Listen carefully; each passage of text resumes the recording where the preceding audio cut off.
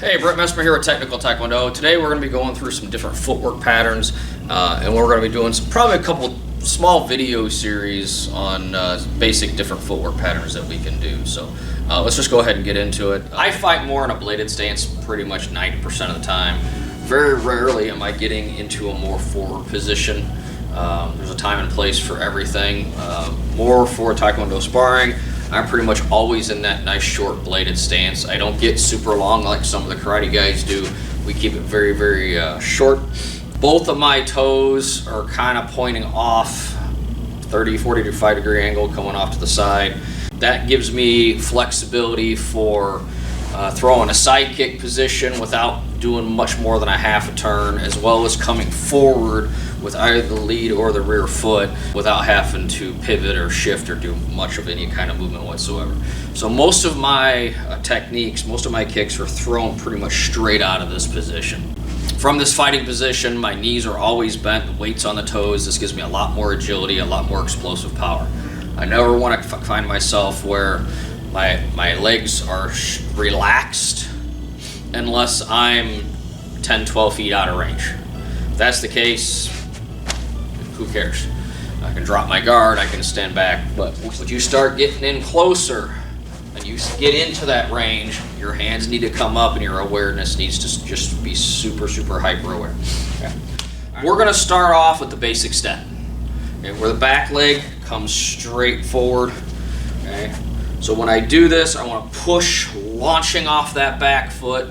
Okay. I'm going to jerk my right arm opposite. Okay. Not only does this help me pull my hip and pull my shoulder through, but I can also fire a jab right off of that. So I can step in, coming in that way. We'll do a couple of these. Okay. I also want to have that explosiveness retreating. So I want to push off that front foot and get back as quickly as possible. Okay. So on this one, I'm going to throw my right hand out as I step through. Okay. Pushing off the toes, launching that back. Best motivation you can do on this is have your partner throw kicks at you. That tends to motivate people to get out of the way. Another super basic one coming in is a skip motion. Back foot moves first and then the front foot. Retreating, it's the opposite. I never want to telegraph my motion with that initial step. It's going to happen. So you want to try and make this initial lead step as small as possible and eventually train it out of your habit. Okay? You want to come in with that back foot first. It hides what you're doing. Okay. It's sneakier. Okay? Versus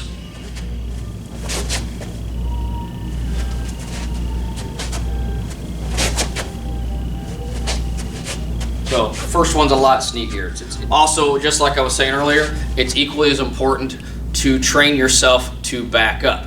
Okay? Obviously the lead foot now wants to move first, coming back to here and getting yourself in a position. I can even start turning my hip over where I am almost in a sprinter stance, where when this foot lands back, it compresses like a spring and I can drive it back forward for my counter strike. So when I skip, that comes right back. Lunge step, we're picking up the lead foot just barely off the mat and compressing the back leg like it's a spring and jumping off the back leg. What I'm doing is I'm taking that lead leg and I'm squeezing everything together. So I throw it out there and then pull it together. Okay, so I throw it forwards, push off the back foot, and then squeeze everything together.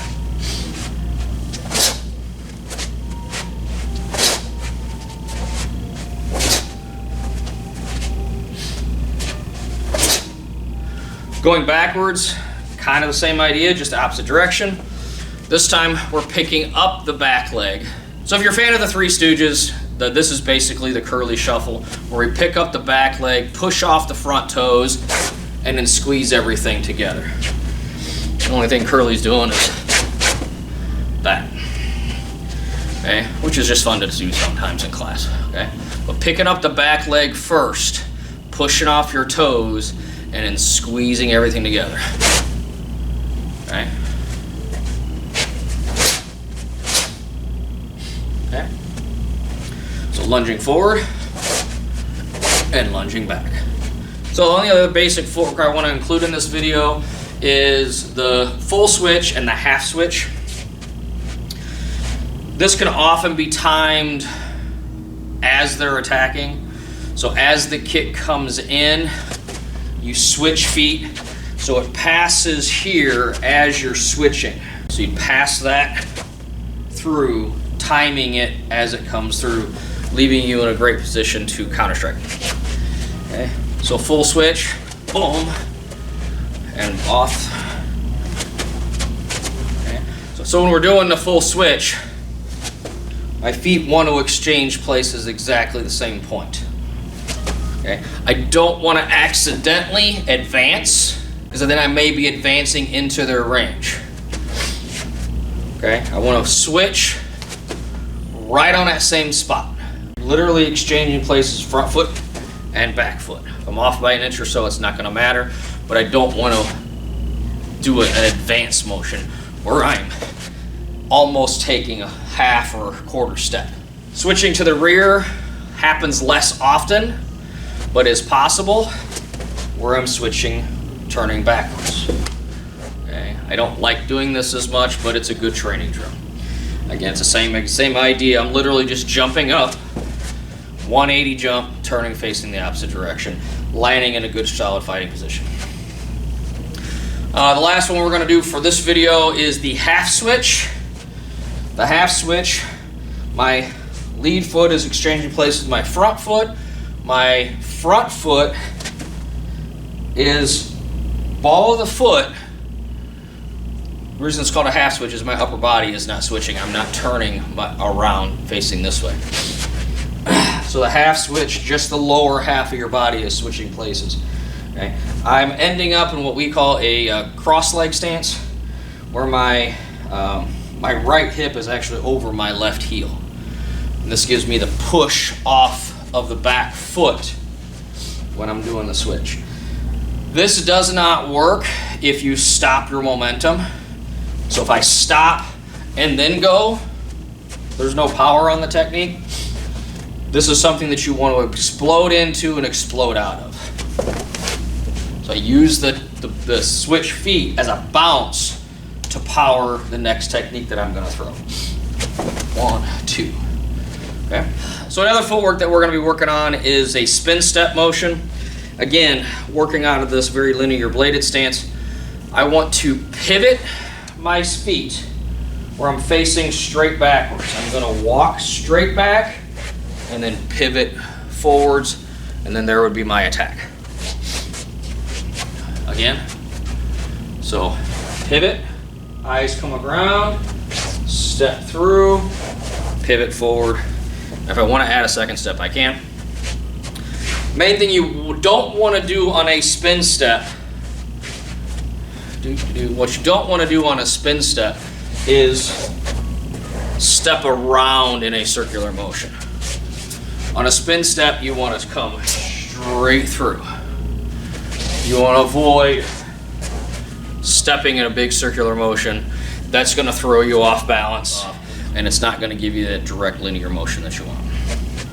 So ideally, you train yourself on a line like I have here between the red and the blue. Pivot, you step on that line, pivot again, and then go. Okay. So I want to pivot, I want to step straight through, pivot back, and boom, there's my turning kick. Okay. So 1, 2, 3. And you notice I could care less about power if I'm trying to figure out the footwork. Once you have the footwork down, then we can start hitting a little bit harder. Very, very basic. Step forward into that angle kick, right? If I'm using this as an attack, I need to make it a running step. If I just walk into it, I'm gonna walk into their attack. So obviously I wanna set this up with something, but for basic training, just getting the footwork down, step, and fire that kick as quickly as possible. Okay. If you're training the step back, so if Bob throws a turning kick, which would be pretty impressive if Bob was able to throw a turning kick. But when my opponent kicks, I evade, I push off the back foot, and come in for my counter. The goal on a drill like this works better with a partner who has legs. But the goal is, as that kick comes in, I'm stepping back. My back leg compresses like a spring and launches back. My goal is to hit them when their foot hits the ground off their initial attack. So very, very explosive on this. Okay? So when that kick comes in, 1, 2. Okay? So I'm all the way back on my switch, bouncing back, coming back. So if I'm in range, I step back, boom, 1. Okay? A faster version of that is going to be the switch feet, where that kick comes in and I switch to here. So more of a jump turning motion into my counter strike. But I want to 1, 2 versus 1, 2. So the time is just a little bit slower on the step versus the switch feet. Next one we did was the skip motion, where back foot slides up, 1, 2. Very, very basic. It should be in everybody's arsenal from pretty much white belt on up. I want to hit a trifecta of techniques. Don't want him to know what's coming. So I'm going to work my turning kick to the body or the head. I'm going to work my side kick, and I'm going to work my hook kick. I don't want him to know which way I'm going with it. I can throw all 3 from this position, but I want to come in, boom, there's my side snap kick. I can come in for the hook. I can come in for the roundhouse. All off that same basic footwork. Okay? So when I'm coming in,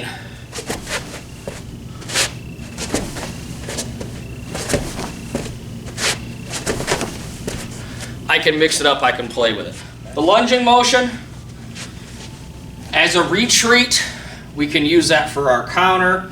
They come in, pull, basically sucking our gut in if they're aiming for the midsection, okay? Or coming in a little bit shorter if they're going high. That lunge comes in, boom. Everything's loaded up on that back foot. Makes a perfect opportunity to counter strike off that. So on the attack, I can lunge in and immediately attack if it's there. I can also lunge, maybe draw out their attack, and then pull and counter. So the lunge has a little bit more flexibility than the skip does. That's the benefit of the lunge. I can go or I can not go. It's a choice at that point. But I'm not going to come in as explosively. So lunge, boom, lunge, wait, and then go.